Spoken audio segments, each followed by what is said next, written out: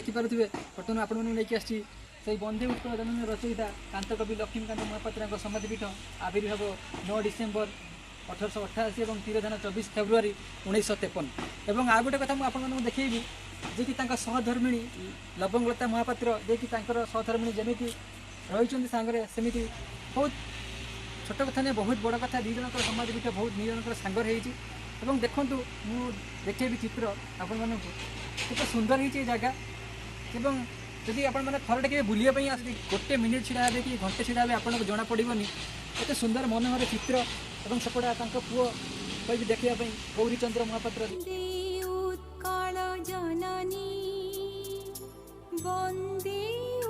कांतकवि लक्ष्मीकांत महापात्र जी कि इंग्रेज विरुद्ध लड़की जेल जाते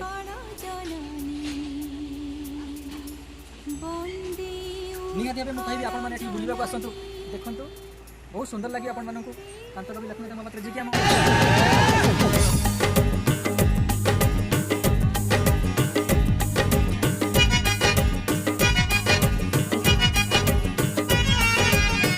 केवल भद्रक डिस्ट्रिक्ट नुह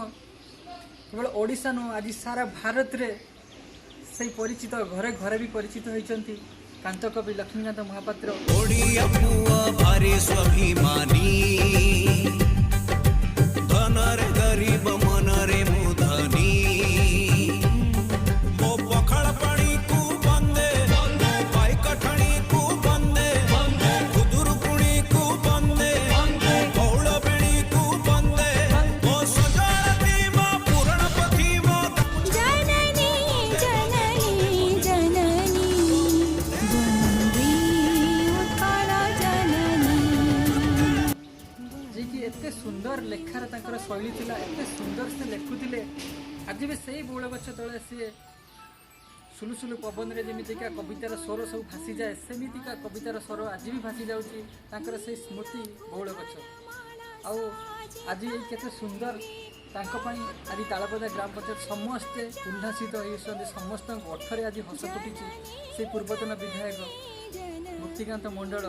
द्वारा आज सब एति पारी केते पर पीड़ित जाइंट आज तालपदा ग्राम पंचायत बहुत गर्व अनुभव करची कांतकवि भी गर्व अनुभव करची कैमेरा पर्सन को अनुरोध करी टिके स्मृति मंडप को टिके भलसे समस्त को नजर रे आनिबे।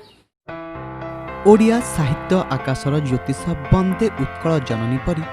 जातीयतावादी संगीतर स्रष्टा हेउछंती कांतकवि लक्ष्मीकांत महापात्र। आज तांकर 133तम जन्म जयंती भद्रक जिला तिहिड़ी ब्लॉक तालपदा ठारे थिबा तांको समाधि पीठरे पुष्प माल्यार्पण करने सहित बंदे उत्कल जननी संगीत गान करा जायछि। आउ ये भी कथा रखी जंती तालपदा पंचायत को कांतकवि पंचायत रे परिणत करिया पई निहाती भाबे मो गोटे सबुठु बड़ कथा होछि खाली स्मृति मंदिर सेटा न कल्याण मंडप भी देखि हबो तापर भी तांकर गोटे समाधि पीठ भी हेछि सेटा भी देखिले बहुत बहुत धन्यवाद तांकु एवं हमर मुख्यमंत्री नवीन पट्टनायक को द्वारा आज एत कि संभव हो पारि से कांतकवि लक्ष्मीकांत महापात्र जी भी जन्म जयंती आज केते आड़ू कवि सबस्ते आते खुशी केते अनुभव केते आमर सांबादिक भाई माने आम भद्रक तांको आज गर्व अनुभव करुच्ची केवल तिहिड़ी तालपदा पंचायत ओडिशा नुहे भारत भी आज गर्व अनुभव करुच्ची एत सुंदर लेखार शैली वंदे उत्कल जननी निहाती कहबी बुलवाक आसतु स्मृति मंदिर निहाती बुलिकी देखिकी जातु